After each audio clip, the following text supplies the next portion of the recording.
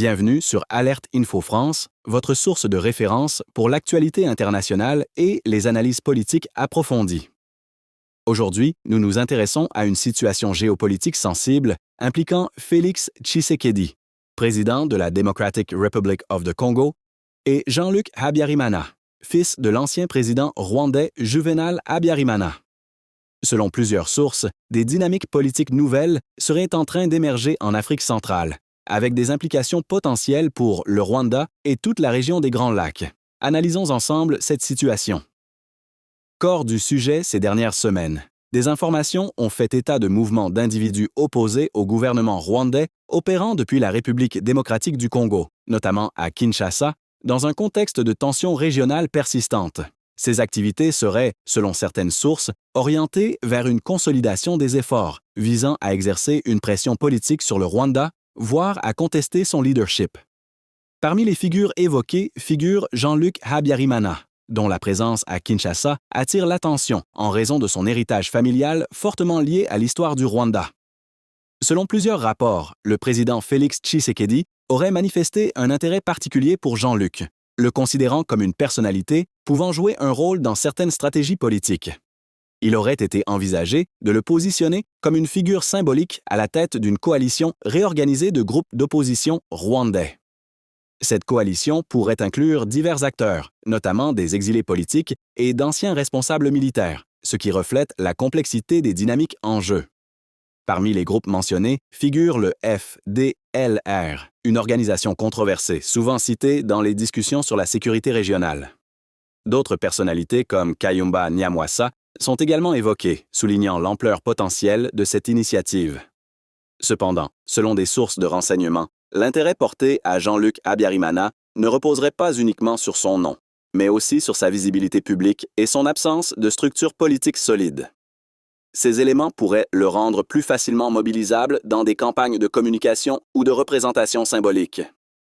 Il est important de noter que Jean-Luc Habyarimana ne dispose pas d'une expérience politique reconnue, ni d'un parti structuré, ce qui renforce l'idée d'un rôle davantage symbolique qu'opérationnel.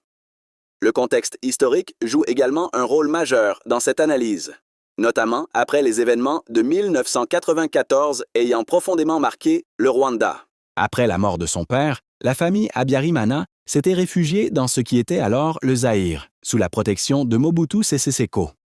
Par la suite, elle s'est installée au Gabon, où elle aurait bénéficié du soutien de Omar Bongo, avant que Jean-Luc ne rejoigne la France.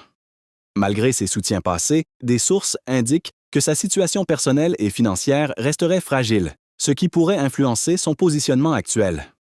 Certains analystes estiment que ces circonstances pourraient être perçues comme une opportunité stratégique par certains acteurs politiques. L'idée serait de fournir un soutien financier en échange d'un engagement dans des initiatives politiques ou médiatiques ciblées. Toutefois, des informations provenant de Kinshasa suggèrent que cette stratégie pourrait déjà rencontrer des limites. En effet, les résultats concrets attribués à Jean-Luc Habyarimana resteraient jusqu'à présent limités. L'une des rares initiatives mentionnées est la création d'une plateforme médiatique appelée Xtrafrica Media Group. Cela soulève des questions sur l'efficacité réelle d'une stratégie reposant sur des figures symboliques sans base politique solide. Les analystes rappellent que l'influence politique durable nécessite généralement une organisation structurée, une légitimité et un ancrage populaire. Par ailleurs, l'implication d'acteurs controversés pourrait compliquer davantage la situation sur le plan diplomatique. En définitive, cette affaire illustre la complexité des rivalités politiques en Afrique centrale, où histoire, perception et stratégie s'entremêlent. Alors que cette situation continue d'évoluer, de nombreuses incertitudes subsistent quant à son impact réel sur les relations régionales. S'agit-il d'une stratégie durable ou d'une tentative aux résultats limités?